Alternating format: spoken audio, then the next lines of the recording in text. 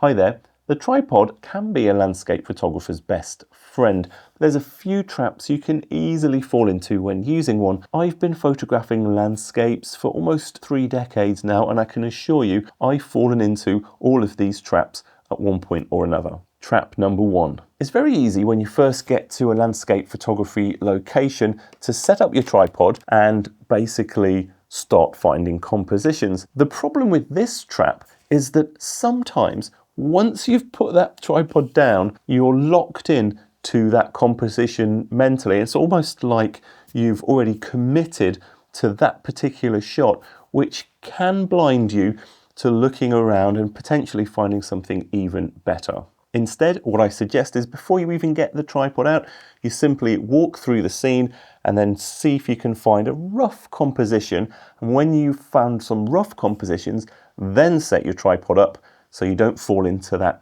tunnel vision tripod trap. I can't tell you how many times in the past I've had an amazing photo shoot at an amazing location, only to bring the photos back into the computer for editing and realise that all of my horizons are kind of a little bit wonky.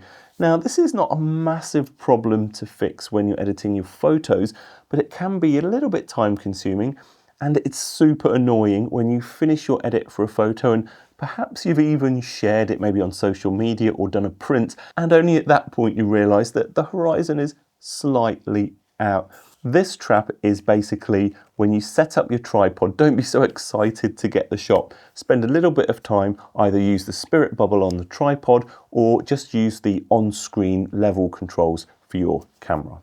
Number 3. As landscape photographers, we focus all of our attention on this part of the tripod. We don't often think about what's on the end of the tripod legs. This trap is all about not modifying the end of your tripod feet for the terrain that you're using your tripod on. Some tripods let you screw different types of feet in and out. This tripod's really great because not only does it have spikes, if you twist this, the spike retracts and you're now left with this rubberized footing. So depending on the landscape that you're photographing and where your tripod is, make sure you use the correct feet to give you maximum grip and stability for your tripod. Number 4. Have you ever gone to set up your tripod in an amazing location only to find that when you're trying to extend the legs, for some reason they just won't come out? One reason for this is that you've got mud or sand or dirt or even salt water that's crystallized inside your tripod legs. This next trap is not using the bottom part of your tripod when you're using it in mud, water or sand. If you use this bottom part, this part will end up in all of the gunk, and hopefully you won't get any sand or dirt in these clips or up into the tripod leg, making things really difficult and annoying. I don't know about you, but when you hear that crunching sound when you collapse your tripod, it's never a good feeling. Number 5. This trap is all about using either a tripod that's too heavy or a tripod that's too light. Of all of these tripods, this is the most lightweight. This is a carbon fiber travel tripod. I'll actually put links to all of these tripods that I'm talking about in the video's description if you're interested in checking them out. So this tripod is very light. It's a travel tripod, so it's not necessarily going to be as versatile, as strong, as stable in wind as something like this. This is fairly light, as is this tripod, but you might have a tripod that's not made of carbon fiber and that's going to be a lot heavier. The trap is to not tailor the type of tripod or the weight of your tripod to the kind of landscape photography you do.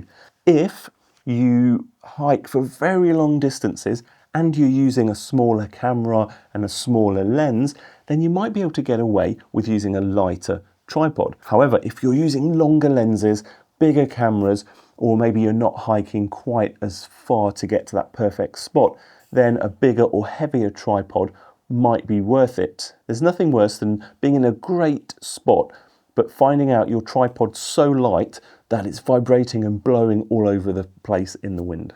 Number 6. This trap is all about what you put on top of your tripod, the tripod head. Normally, and for years and years, I used a ball head for my landscape photography. Ball heads are super quick, super versatile.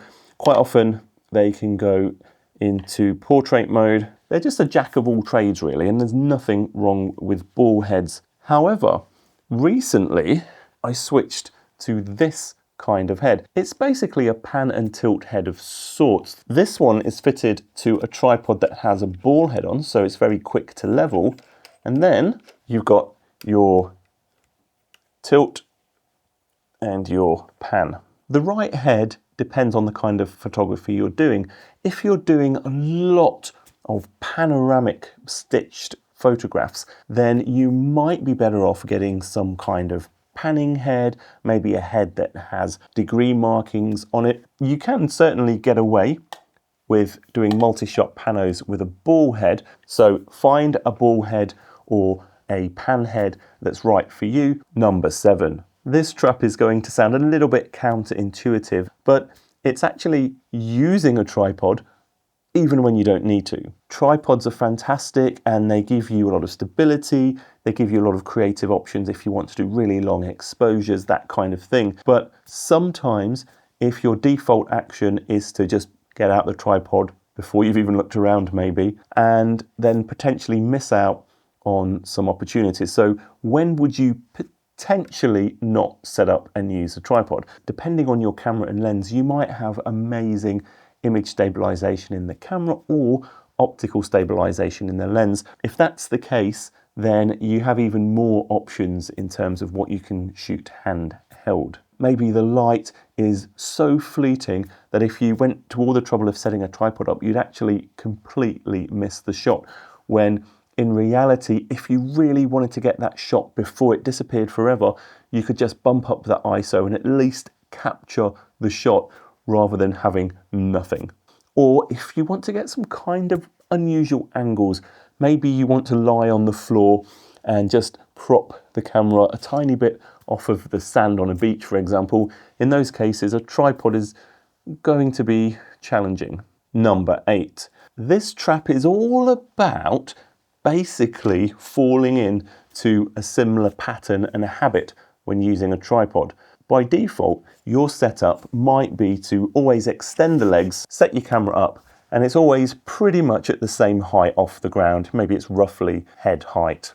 There's nothing wrong with that. However, the trap is to always set up your tripod in that exact same height. You're still going to get some beautiful photos depending on the location you're in. You can still change focal lengths, but you might find that all of your photos maybe start to look a bit stale, or maybe they don't have the same kind of dynamic quality if you look at your whole portfolio.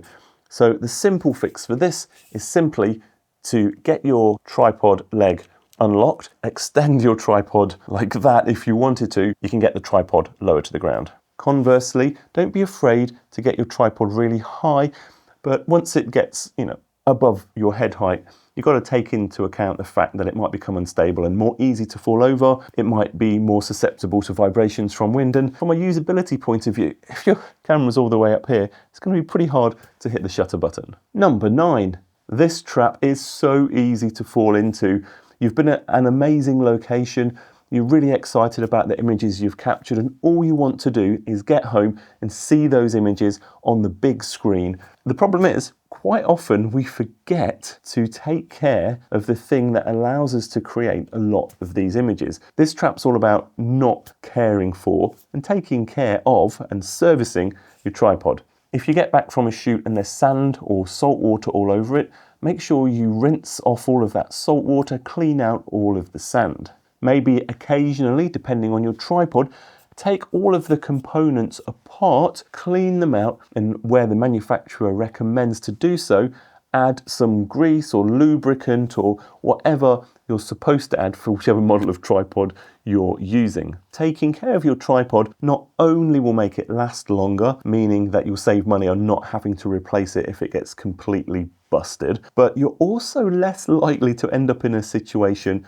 when you're out in the field and your tripod lets you down because you haven't taken care of it. Number 10. This trap is all about not creating maximum stability when you're using a tripod. So depending on the tripod you've got and the number of sections on the leg that extend, you should always extend the thicker parts of the tripod first. We have a look at this travel tripod. You can see that because it's designed to be so light and compact, the final part of the legs is really thin compared to the sections higher up. So in this case, if you didn't want the full height of the tripod, you'd be better off usually extending the thicker portions of the tripod first and leaving the thinner portions safe and sound inside the tripod. If there's no wind about and you're not using a particularly heavy camera, might not be a big issue, but it's just these little things, the little traps that we can fall into when using our trusty tripods. Number 11. This trap is to not at least consider getting an L bracket for your camera. An L bracket works in conjunction with the head on your tripod, and it just makes it so much easier to A, clip your camera in really quickly, or B, go from landscape to portrait mode. If you've got any other landscape photography tripod traps that you know of or that you've fallen into, please share them with us all. I'd really appreciate that. Subscribe for more landscape photography. I'm Jason Roberts, and I'll see you in the next one. Bye.